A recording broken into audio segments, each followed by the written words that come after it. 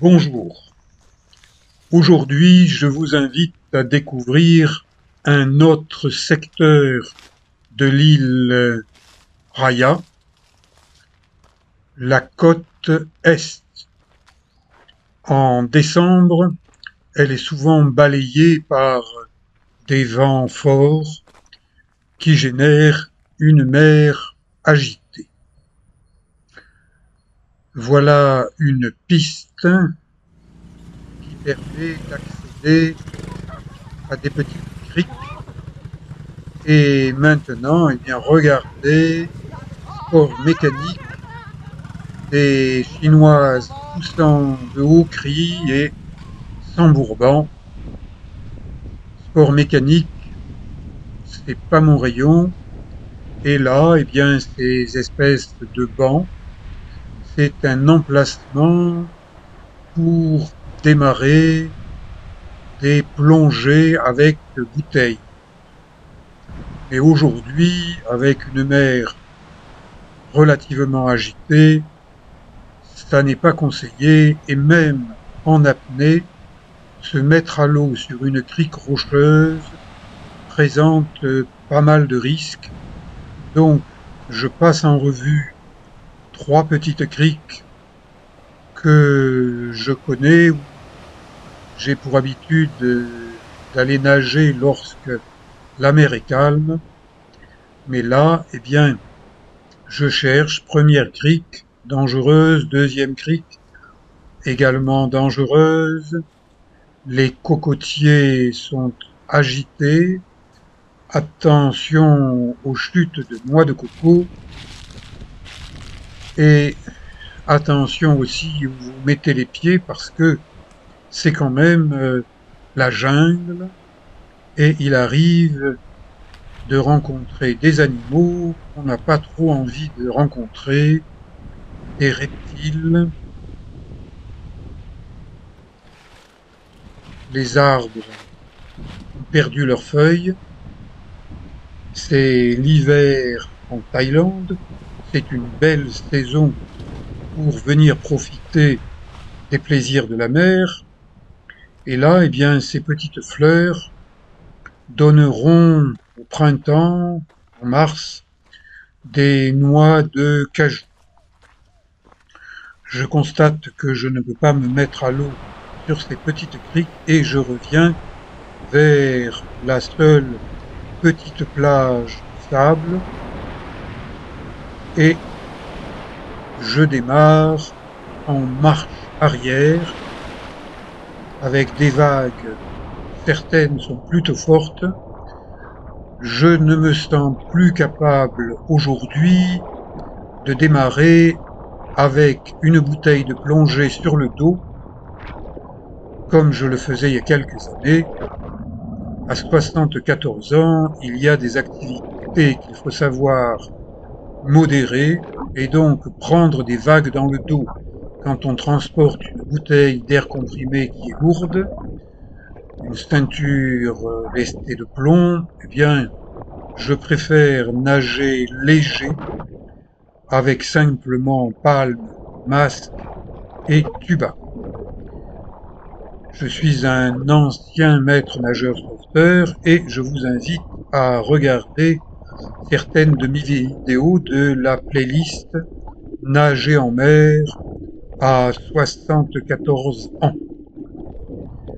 Il y a quelques jours, j'ai fait connaissance dans une autre île d'un touriste français, mi-breton, mi-parisien, et je lui ai vanté les charmes de cette île Raya.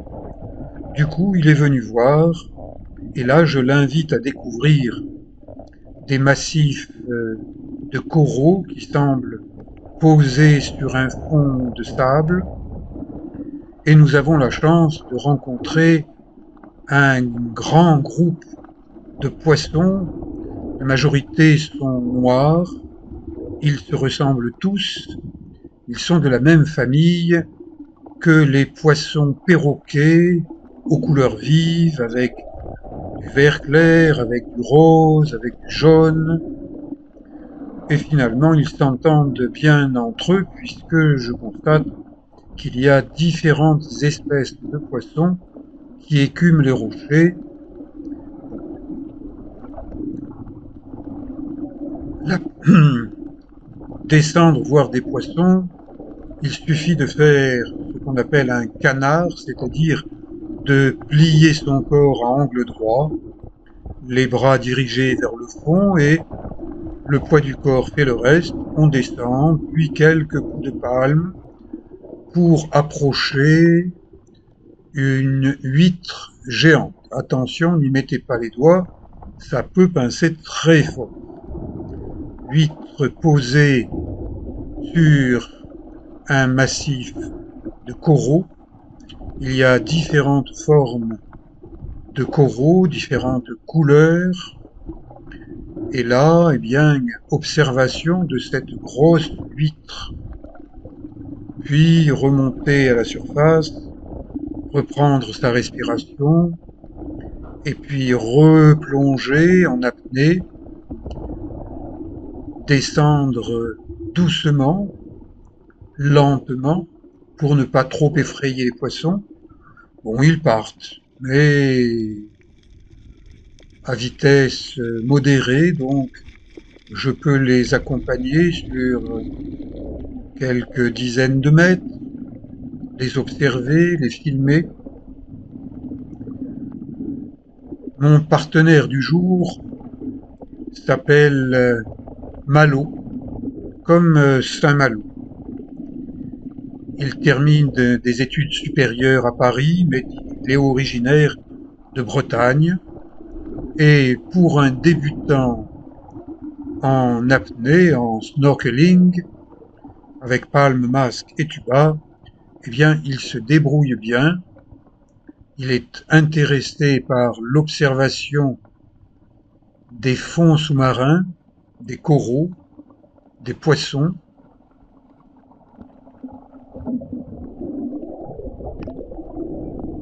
Allez, une apnée de plus. On se pince le nez, on souffle de façon à équilibrer la pression parce que dès 1 mètre de profondeur, eh bien, la pression appuie sur les tympans et si on n'équilibre pas en soufflant, tout en se bouchant le nez, eh bien, on a de plus en plus mal aux tympans et on ne peut pas descendre. J'observe, je suis un observateur de Dame Nature, caméra au point. J'ai 2 caméras identiques, GoPro numéro 12, et bien l'une de ces 2 caméras a un défaut. Il y a de la buée qui se forme à l'intérieur, certainement produite par la chaleur de la batterie, et résultat, eh bien, heureusement que j'ai deux caméras parce que l'une d'entre elles est inutilisable en raison de la buée. J'accompagne ce banc de poissons corailleurs et puis après une bonne demi-heure de nage, d'observation, il est temps de revenir vers la plage en se laissant pousser par les vagues. L'eau est de plus en plus trouble et en plus du sable, il y a des rochers. Donc il ne faudrait pas que nous soyons projetés sur un rocher lorsqu'il y a peu de fond. Donc c'est une forme de nage qui exige des compétences physiques et sportives. À 74 ans, eh bien, je me débrouille encore tout à fait honnêtement. Une grosse vague, se laisser porter, ne pas boire la tasse, avoir un masque bien ajusté, pas trop serré, juste ce qu'il faut,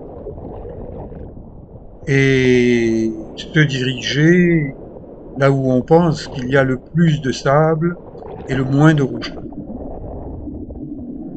On y voit de moins en moins, visibilité moins d'un mètre.